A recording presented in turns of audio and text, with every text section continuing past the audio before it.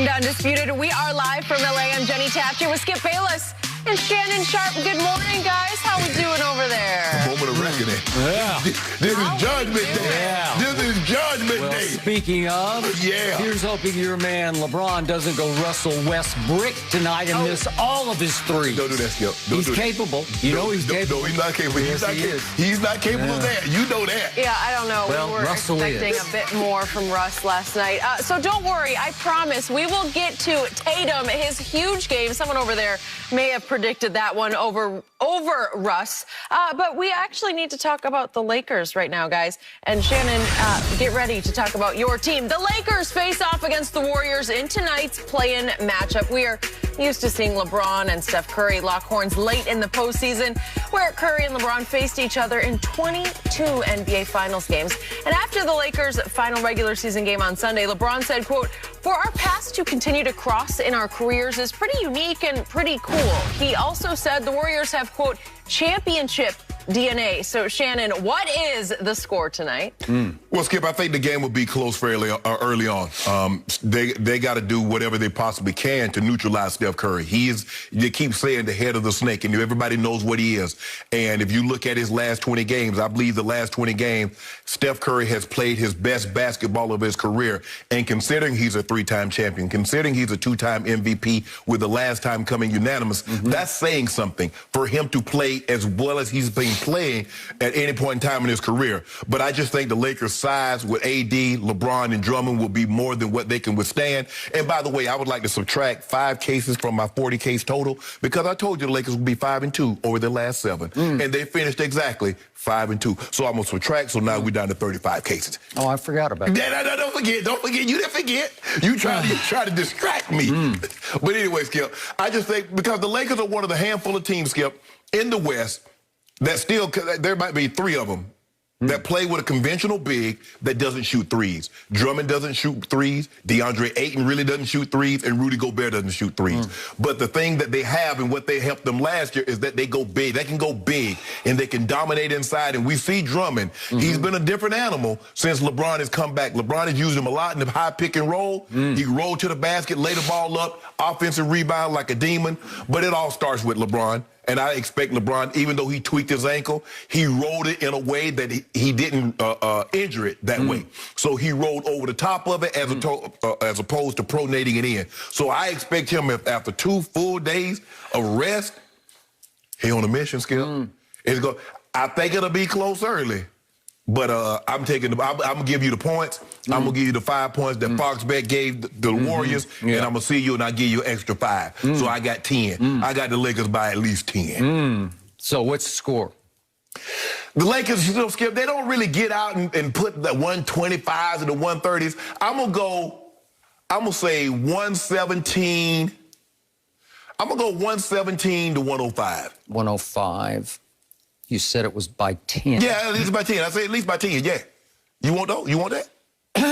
I don't, because Shannon Sharp, I have good news for you. You are in luck tonight. What you mean we in luck? Your postseason will not start until Game 1 versus the Phoenix Suns, which is upcoming shortly. Because this marquee matchup tonight is a mismatch on the court. When we talk of the head of the snake, of the Golden State Warriors, the problem is they only have a head on the snake because there's no body to the rest of the snake. It's just a head. So the head comes in, and it's trying to bite. But the Lakers will subdue the head. Yeah, we got to. Because they will put 3 men on the head, and the head will be virtually useless tonight. They've done a great job on this, Skip. It will be fangless. It will be without venom. The Lakers have done the best job of defending him in the regular season. I'm glad you brought that up. So here's my final score. I've got your team winning at home by 20. I've got it 119 to 99. So obviously, I want none of your sucker bet that you're offering me, because we should go the other way around. You should be betting against your team, because I will give you, I'll give you 15 right now. I'll give you Lakers. I'm betting against the Lakers. No, why would I do that? Well, I don't know. You always offer me bets like that. I don't take them, but I thought maybe you'd be foolish enough to take them. Now, to your point. What have your Lakers done to Steph Curry this year? Well, they've done simply the best job against them. And by the way, your Lakers did finish #1 in defensive efficiency. They can't shoot. They can't shoot threes. They can't shoot free throws. They are down at near the bottom in both categories. Yeah. But you're saying that doesn't matter. We'll see when Did it matter once last the playoffs really start against the Phoenix Suns. Last year we were 3rd in defense. This year we're 1st, and our numbers offensively were exactly the same as last year. Okay, so Steph and company are only 19th in offensive efficiency. So that's not very good, actually, when you put it all together, sum it all up. They're 19th versus 1st in defensive efficiency. I would say that equals mismatch, right? You see it. So let's put Steph in perspective against the Lakers. 7 times this year, he's made at least 10 threes. And 4 times he's made 11 threes. So he's just raining threes on everybody except the Lakers. Right. He averaged making 3 threes a game in the 3 games that he played against the Lakers. His scoring against your Lakers was 23 a game. He averaged 32 a game to win the scoring title, right? Yep. So he's 9 points below his scoring average against your Lakers. That's not very good. And then we look at the rest of his output is he's 7% in three-point shooting below his season average of 42%. He's only 35% from 3 against your Lakers. Again, only 3 a game in 3 games, 9 total. So he was 9 of 26. Is that good? Not by Steph standards, right? No, it's not. So let's count the ways that your team dominated this team. Well, it started on January 18th when your team just roared out to, at one point, a 19-point lead at Staples. And early in the 4th, your man LeBron made his only 3 of the 4th quarter to put them up 14 with 11 minutes left. Up 14 at home? Bron, you got to close that one. He did not close that one. Yeah, we spit the bid on that one. You spit the bid on that because you got outscored 32-16 the rest of the way. That's shocking. And LeBron the rest of the way was a -13, which was the worst on the floor in the 4th quarter. And the rest of the way, LeBron went 0 for 4 from the field and 0 for 3 from 3 and scored a grand total of 2 points with 3 turnovers. But in the end, LeBron still had the ball in his hands and a chance to wipe it all away and cancel out all the negativity. And could we see what happened? Here's LeBron. At the end, he's up and he's... Little long. Little long and a little wide right.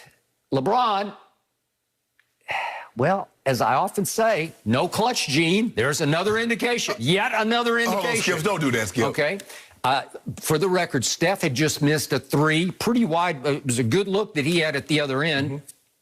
That would have put them up. It would have iced the game, put them up 4. So again, they both the 2 big guns on the floor both missed 3s at the end of the game. But Golden State hangs on 115 to 113. Okay. So then we come to Staples again on February 28th, and there's no AD for this game. So I'm giving LeBron high marks for this one because it is a runaway of a rout. It's 117 to 91. What happened to Steph, the guy that LeBron says is MVP? Well, he wasn't very good in that game. He scored 16 points in that game? Really?